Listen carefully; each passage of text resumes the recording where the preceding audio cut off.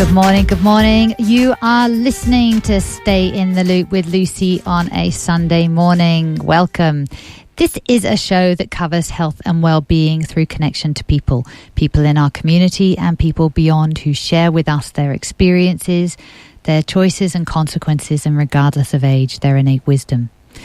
By discerning and getting a sense of what is transferable from what these guests share, we can choose to apply the relevant aspects in our lives and in our community and develop programs that found a more sustainable, loving and heartfelt way to be with each other, thereby improving our physical and our mental health.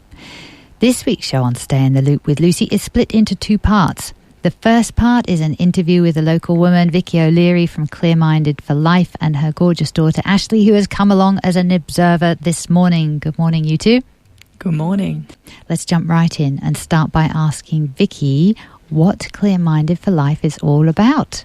Well, good morning. Clear Minded for Life is a program that we run in primary schools, teaching children breathing techniques and skills for self-regulation and understanding how they can cope with the various stresses in their lives, if they have any. It's about giving children skills and a toolkit of things that they can apply at school and at home to help be calm in any situation. So you mentioned that you're working with primary school age children. What made you go for that age group? Well, it started really when I had young children and in primary school, and I just led through into that space with them. And I find that by teaching children from preschool all the way up to year 6, we're giving them an opportunity to understand these skills at a young age so that it becomes a normal part of their life. Ah, stunning. I think that normal part of their life is the most important bit, isn't it? That it isn't something special that they do. It just becomes part and parcel of their day-to-day. Absolutely. And by teaching all the children across a whole school, it means that nobody feels this is unusual. This is just what we do. And this sense of calm in a classroom, and then when the whole school embraces it, it changes the community and the environment. How many children in a group at a time? We go from class to class, so we would start in a normal classroom. So there's between 25 and 30 children in that classroom, and we're there for 15 minutes, and then we'd move on to the next classroom. So in a day, we pretty much can see the whole school. Oh, that's fantastic. Yeah. And do you work, are the two of you that are doing it? How many in your team that go from room to room? Well, I actually have a team of people around Australia, so there's about 60 different teachers around Australia running this, and in the local area I have about 5 different teachers who we can call upon depending on the size of the school as to whether we need more than one teacher there at a time. Okay, and because very often you've got that number that's usually able to, and I'm going to use this word purposefully, wrangle the kids. I can imagine that if not at the start, by the end, everyone is engaged and wanting to do this. The children absolutely love it. They enjoy it so much, and because the Clear Minded for Life teacher is trained in their own meditation skills or their own self-development, they come in with a presence and a beingness that holds a space for the children, that it just instills calm by the nature of who they are and how they sit and the way that they speak, and they're holding respect for every child no matter how they're presenting on that day. So no child is ostracised or treated differently. If they're having a bad day, we just hold them in a space of love and kindness for those 15 minutes that we're there. And that's quite a statement for a lot of children, because a lot of children have issues that are continually coming up for them, and for us to be there for those 15 minutes and just say it's all right to be who you are, and we just hold that space and teach you how to breathe and to be calm, and every student has an experience of that, without doubt. I've seen it time and time again. I think you've touched on something there, the judgment that children feel. It's not necessarily something that's spoken, but it can be really felt through the presence of someone's body. You know, it's just like there's an expression that speaks louder than words, you know, that you can just feel if someone's kind of going, you're really irritating, will you please just sit down? Whereas if you have a practitioner who comes into the room and just holds the space, I think children will settle in that because they don't feel the judgment. They don't feel like they need to say, no, that's not who I am, this is who I am. Absolutely. The space that we hold in a sense of love and kindness for these children, it means that the child that is the one that's continually picked on or is always deemed to be the naughty child, even though that's not really how you want to look at them, they get this relief on their face. They're like, oh, wow, I don't have to behave like that in that moment because I'm not getting any trigger response from that teacher in front of me. She's just looking at me saying it's all right for you to be who you are. Lovely. And you were saying that the teachers actually live that in their own day-to-day as well? Very much so. All of the teachers of Clear Minded for Life are carefully selected because of their personal practice. They're taught the skills and the techniques, but it's about their longevity of practice that gives them that presence in that room at that moment, because you can't go in and be in any state of a disarray yourself, because you'll just get upset by what's being presented in front of you from those children, because children like to outwardly display what they're thinking, especially in primary school. Do you know, I actually find that incredibly refreshing. I personally find it with teenagers as well. That's who I work with, and I find their honesty refreshing. If they don't want to talk to you, they just don't. If they think you're being an arse, I apologise if that's rude. I don't think it is. But if they just won't engage with you. Yeah. And if they don't think you're being genuine, they equally won't engage with you. And I think that's the thing that younger children in primary school, they want to hold on to that. They want to hold on to the integrity and the truth of the honesty. And yet so much of life says, no, you are polite and you are this and you are that, and you squash what you're actually feeling, which is quite dangerous. So to have a practitioner who can walk in and demonstrate that in their day-to-day and by standing in front of them and living that from what they live outside, it isn't turning it on and off. There's a congruency between what they're saying and what they're doing. And it's the allowing in that moment for them to be as they are and to give them skills. So if they're feeling disruptive, or their body wants to move around a lot, or they're fidgeting, or they're looking at their classmates and they want to keep engaging that, we just give them opportunities. Okay, now use your breath to be in this moment, to be with yourself, and to just continue to bring that space in for them. So while allowing them to be who they are and not reprimanding them if they're not sitting still, or if they're, being so-called naughty. They're not at all. They're just being as they are in that moment. I love it. Yeah, and great. Funnily enough, the song that we're going to go to now is very much about that. It is from Rachel Kane from her In Full Bloom album, and it's called How Beautiful You Are. So I suspect you will like this one. Wonderful. You're listening to Triple H 100.1 FM and Stay in the Loop with Lucy. And when I get back, Vicki and I are going to talk about a little bit more about the pressures faced by young people in school now, and the effect that's having on them as they grow up. Welcome back. I've got Vicki Oleary and her daughter Ashley in the studio with me. Welcome, both of you. Hello. Thanks. Hi. So now, before the break, we were talking about Clear Minded for Life, a meditation that is in primary schools and that you run all the way through the school if you can, and you can do the whole school in one day, potentially. I'm really aware that, we're coming to the end of the HSC trials at the moment. I have a daughter who's just completing her trials, just finished those, and I mentor a lot of young people who are in the same boat, and I have noticed an enormous rise in the level of anxiety.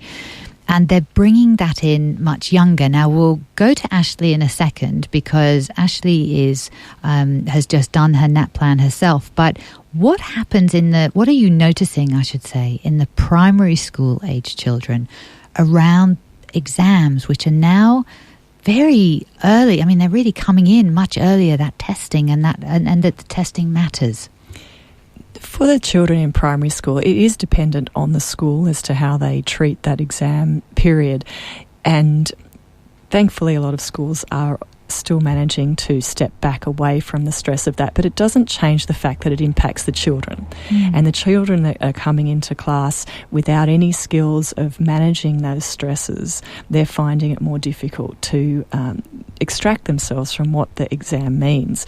When we come in with Clear Minded for Life, a lot of the teachers will offer the children those breathing techniques that we've been teaching them for those 6 weeks as we've been in the school, and say, you can practice those breathing techniques before you come to school on test day or before your test. Or so the teacher's always present in the classroom, so they're being exposed to this breathing and the techniques that we're teaching the children as well, so they can continue to integrate it within the classroom over the course of the year. So the children have managing and coping strategies that allow them to move a bit away from the pressure of the exam. And it's not just the exam, it's the pressure that comes in from parents and then from society and the things that are saying, you have to do well, when really it's just in a moment that they're there, so that the child can actually be who they are in that moment. Yeah, absolutely. We are so much more than our education, really, aren't we? Yeah, we're rounded and we're everything all of the time. So education is a component of what we're experiencing, but it's only one part. Fantastic, and an important part, because I'm a public health advocate, so I know from the statistics what happens if you don't have education. I know that the health outcomes are markedly different, but it equally does not define us, because otherwise, you get to year 10 and you find that you just can't put yourself in that square in that square peg in a round hole anymore, and the lack of self-esteem and the lack of self-worth that comes from that. If you've been told that finishing HSE is the thing, yes, heaven forbid, going to university is the thing to do, if you don't fit into that mould, you start life thinking that you're less, and yes, that's a big thing to overcome. One of the things that we offer with Clear Minded for Life, along with the breathing techniques, is one of the parts is that we get the children to think about one thing that makes them smile or one thing that brings them joy. It's a little bit akin to positive psychology, but it's doing more than that. It's giving them an opportunity to pursue the things in their mind that bring out their joy, or that bring out their dreaming space or their imagination, their creativity, and allowing that to be part of who they are.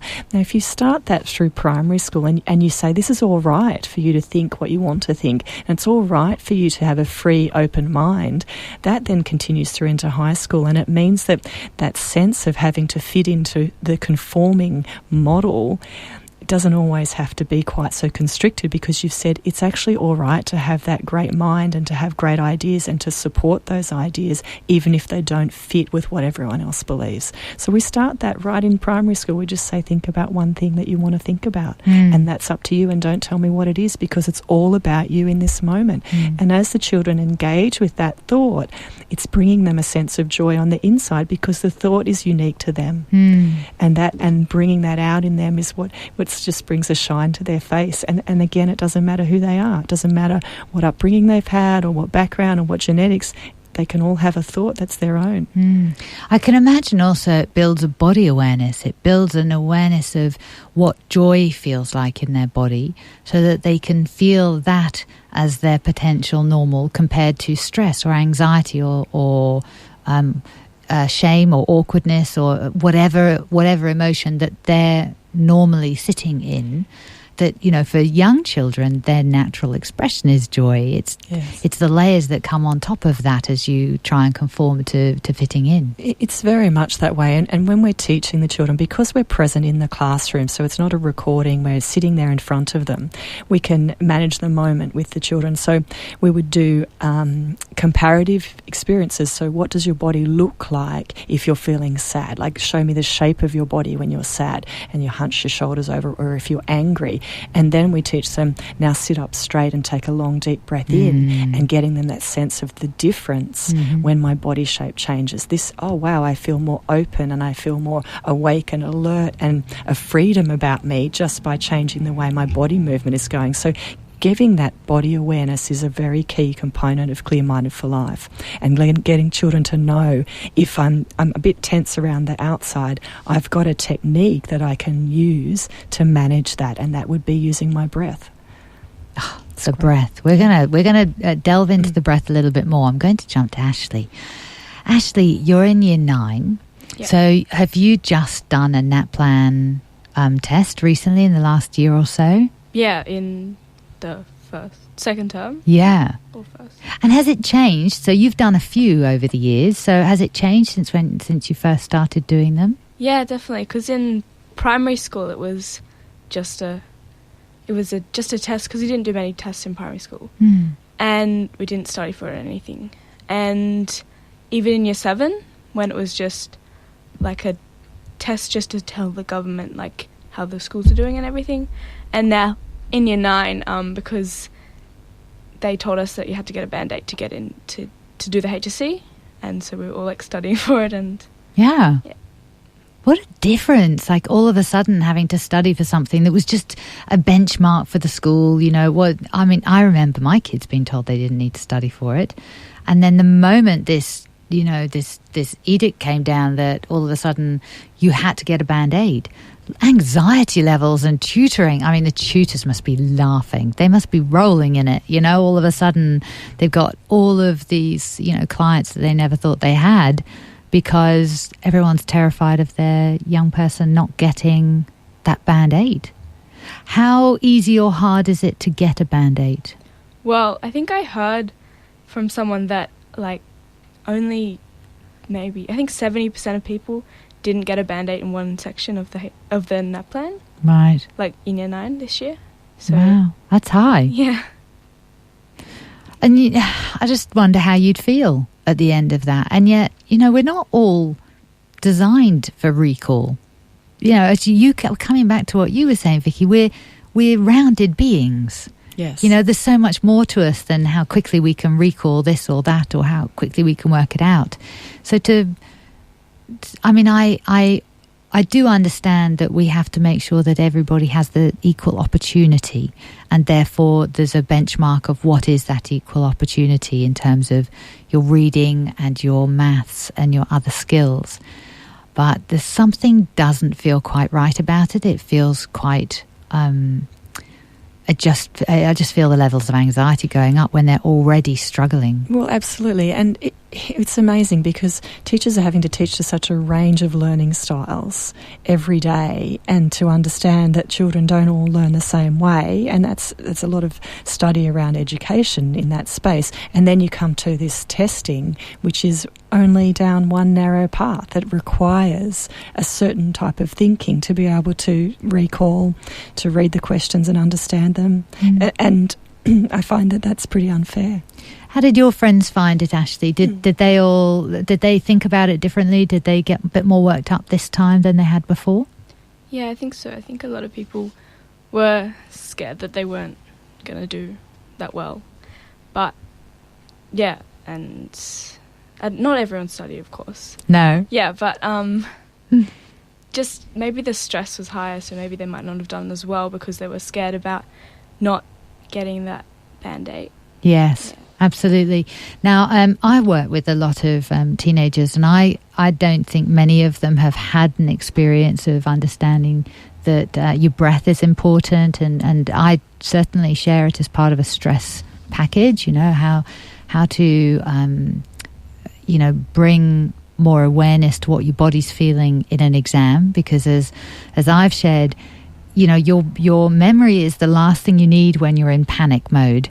And when you're not breathing, you're in panic mode because your body's saying, yes, hey, might pass out soon. Would be good to take a breath. Let's do this. What would it be like if you had something like this in high school, where it was something that was mandatory across the years? From year 7, you started in year 7, you slowly progress it through the school, so that everyone, no one's standing out and being the odd person. For everyone's had the conversation about breathing being important, and a way of bringing breath into your day-to-day consciousness, or you're considering it as a tool. What would that look like, or what would it be like? Well, I think it would be weird. Even if everyone did it, it would still be weird because not many people would know much about it. It'd take a while until it was kind of, normal.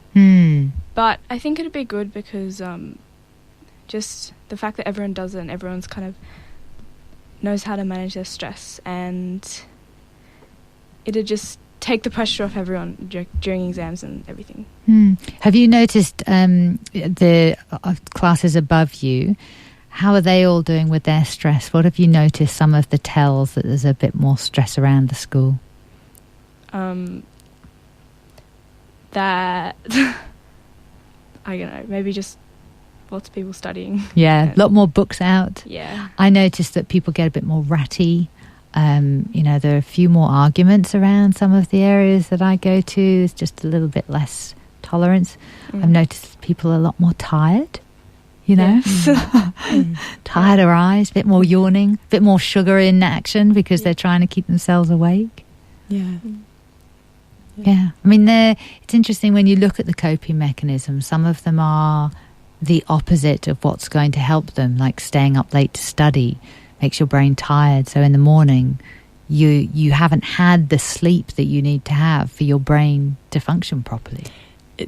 We all know that how important that is, the way that the brain functions. But once you add clear breathing techniques and reoxygenating the body and the brain, it can help even with that sleep deprivation state. Like, it actually can help to bring more energy back into your body if you're giving it the full breath that it requires. And that's part of what we're trying to teach children, is that these long deep breaths and how it oxygenates the body and how it gives them that sense of strength on the inside so that they have these skills for life. Well, Vicki, we are going to come back to talking about the brain after the news. So stay with us, everybody. We're talking to Vicki Oleary and her daughter Ashley about Clear Minded for Life. Indeed, you are listening to Triple H 100.1 FM and Stay in the Loop with Lucy. I have got Vicki Oleary in the studio with me. Hello, Vicki. Hello, everyone. And her daughter Ashley. Hello, Ashley. Hi. Now, before now, we've been talking about what Clear Minded for Life is and what support it offers young people in schools. Let's talk about brain development at that age, like what's going on and what's happening when the stress goes up in the brain. What we do with Clear Minded for Life is we teach the children pretty much how the neural pathways are being developed in their brain, and that they actually have neural pathways, and we teach them that they're like little roadmaps, so that if they're learning something, it's building new roadmaps, and that they can actually choose whatever it is that they want to think that's building these roadmaps in their mind. So that's one of the things we teach children, and of course that's in a lot of studies in science at the moment on neurogenesis and neuroplasticity. The other thing that we teach them is about parts in their brain called the amygdala. So this is where the fight or flight reflex starts to kick in, and we give them a simple exercise of showing them how when they're feeling upset or angry, that flares up, and then it stops other parts of their brain from communicating, so they can't listen or recall information or have empathy or understanding, and they all nod their heads and go, yeah, I know what that's like when I'm angry. I really can't think straight. And this is right from kindergarten up to year 6. So from a very young age, they're being taught that there's parts in their brain that when they're stressed or angry or upset, it's causing a reaction on the inside that makes it very difficult for them to be rational.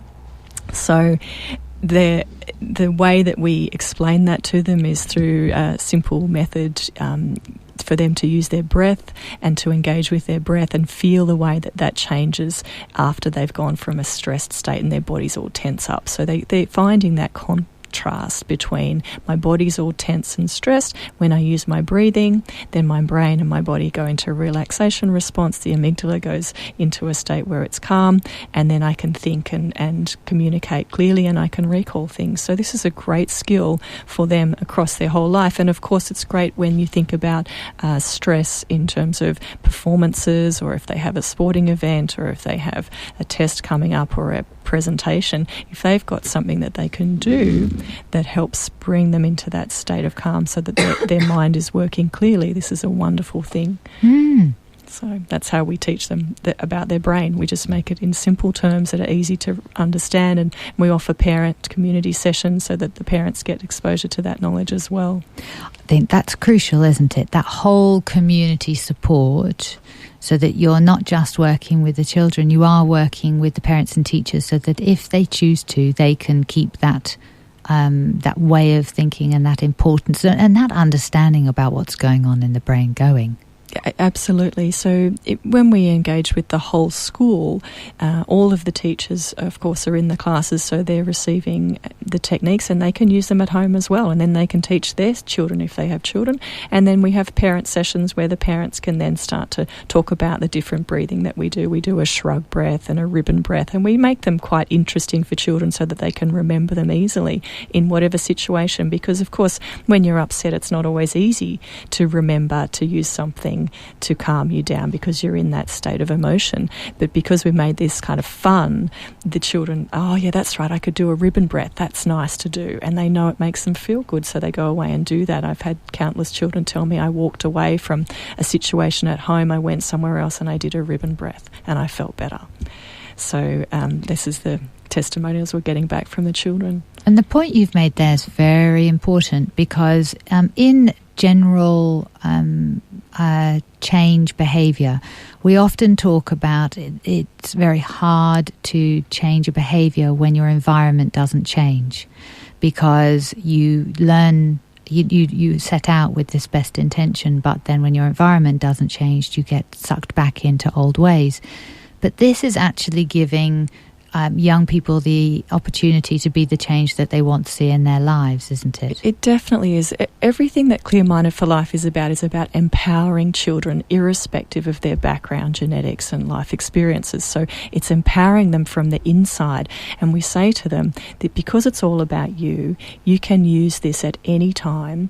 And we repeat the techniques so that they remember them. We offer them opportunities to choose a technique that they like or one that they remember, so that they're practicing that one that appeals to them, because it's based on different forms of learning. So some of it's kinesthetic, some of it's with sound, some of it's with breathing. So we've done a whole lot of different techniques so that it's appealing to different types of learning and the way that their minds are working, so they can find one that they go, I really like that one. I remember it. It's easy for me. It makes me feel great. And then they're empowered to use that at home. That's what it's all about, because we can't always change that environment, and we know that, but we can change what's on the inside. Ashley, I might bring you in here. One of the things that I often find is that the way I'm sitting, how I'm feeling, very often the way I'm thinking can come from how I'm sitting. So when I slouch, I can have quite negative thoughts. I can be quite difficult. I can be kind of a giving up, it's like whatever, really can't be bothered. But when I'm sitting up a little bit more, it's like it clears my thoughts a little bit, and I have an opportunity to think in a slightly different way. Sometimes it's if you're in a really bad place, like in a really bad mood, it's sometimes really difficult to go, yes, I'm going to do a meditation. But sometimes if you can move your body, if you can lie down or sit up or go for a walk for 2 minutes and do your breath as you move, there's something a little bit less prescriptive about it, that it becomes yours and you can make it as you want. Would that be more appealing to a teenager or to a young adult, as opposed to you being told that you have to do it a particular way? Yeah, definitely. Being able to choose is much better. Like, I don't like being told what to do, So if you could just make that choice as to what you want to do, then it's good. Yeah. And do you find, it's really difficult for me to put you on the spot and say this to you, because, you're not in the position where you're slouching because you're sitting up straight. But if you can remember back to when you do slouch, can you, in fact, why don't you do it now? We'll do you a live experiment on air. This really isn't very good radio, but we'll make it into good radio. Okay, so really slouch, yeah, and your neck needs to collapse into your thing, right? Okay. Yeah, okay, so is it harder to think at this point? Well, in a way, kind of. I feel more concentrated when I'm sitting up straight. Yeah. Yeah. Like more engaged? Yeah, I'm part of it, but if I'm just I kind of feels like I'm sleeping, you know, if you slouch. Yeah, like you're cutting off some of the blood supply, or I just feel like we've got this pool of thoughts that are above our head, and kind of we can be discerning about where they're coming from, but part of our body position and our movement discerns kind of where those thoughts are most likely to come from. And the slouching, it makes me laugh, because every time I get negative, I go, how am I sitting? Like, what's my body? And the moment I move my body, something shifts and I'm able to contemplate a breath or a different way of thinking. So it's that movement as well, isn't it? We tell kids to sit still all the time. Like, tell a teenager to sit still and you're likely to have the class in uproar. Yeah. I like the fact that people don't like to be told what to do, because adults don't like to be told what to do. No. we don't we like to be individual, and we like to have our own mind and our own choices. It's how we're designed. Yeah. And yet when we're given charge of teenagers or children that growing into young adults, we so want to squash that bit which actually is learning to be an individual and a responsible individual. And yes. Yeah. We do a lot of work to keep that contained, when actually that individual is what we're all about, and to let that shine and to come out is really where we want to be in the future. Because how is anyone going to come up with solutions to some of the way that the world is at the moment if they're stuck in that box or that model? So the more that we can express that inner self or that inner knowing, the greater that shine is going to be, and the greater the inventions and the creations that will come out of that. And that's where I would like to see Clear Minded for Life, and in terms of it moving into high schools and just giving, not necessarily breathing techniques, but just giving children an opportunity to express, this is who I am, and let all of that come through. Yeah, yum. Now, you have got an initiative on the 22nd, haven't you? Tell us a little bit about that. We've got an initiative that's running worldwide, and it's starting in New Zealand and going all the way to America. So what it is we're offering 15 minutes of the breathing techniques that Clear Minded for Life have developed to any school or local group that would be interested in having an experience of that. So if you are a local school in the Hornsby area or Barara, where I'm from, we'd be really happy to come into your classroom and just sit with a group of students for 15 minutes and show them some of these invaluable techniques. And that would be part of this worldwide initiative that we're running on the 22nd of August. Oh, yum. Sounds great. Well, thank you very much for being part of us. Thank you. Thank you very much, Ashley, for your Thanks contributions. for having me. It's been great hearing about it. And let's pay attention to the small stuff. Let's maintain that connection with our bodies and stay engaged in life, the good, the bad, and the downright ugly, so we can equip ourselves to deal with the challenges we may face. What is our reality, and is our body matching that reality? Do we have anxiety or nervous tension running through our system to a point where we need caffeine, sugar, or other stimulants just to get out of bed and function? Do we need something to calm us down and then settle our minds? Have we forgotten how to breathe? If you think about it, the body's going to go into panic mode when we stop breathing, because it's going to think that its life is in danger. So the last thing it's going to be wanting to do is go into your memory and think about all the things you've got to remember for an exam. It's just not going to happen. I have a feeling that if we're brave enough to go there, it will change the trajectory for mental health, and particularly for the younger generation who need to be inspired to remember that they are the change that they want to see in the world, that they can be that change. Remember, regardless of what has or is happening in your life, you are and will always be amazing. You're you.